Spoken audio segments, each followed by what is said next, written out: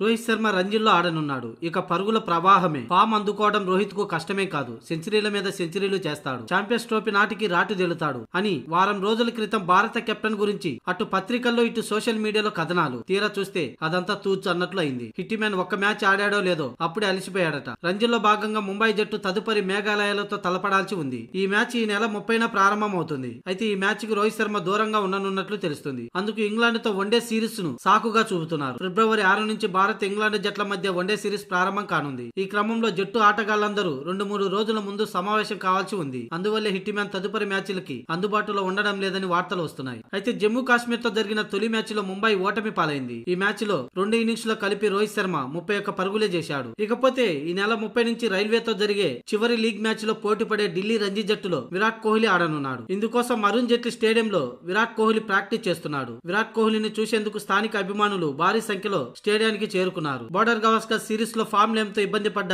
విరాట్ కోహ్లీ ఈ రంజీ మ్యాచ్ లోనైనా ఫామ్ అందిపుచ్చుకుంటాడో లేదో చూడాలి.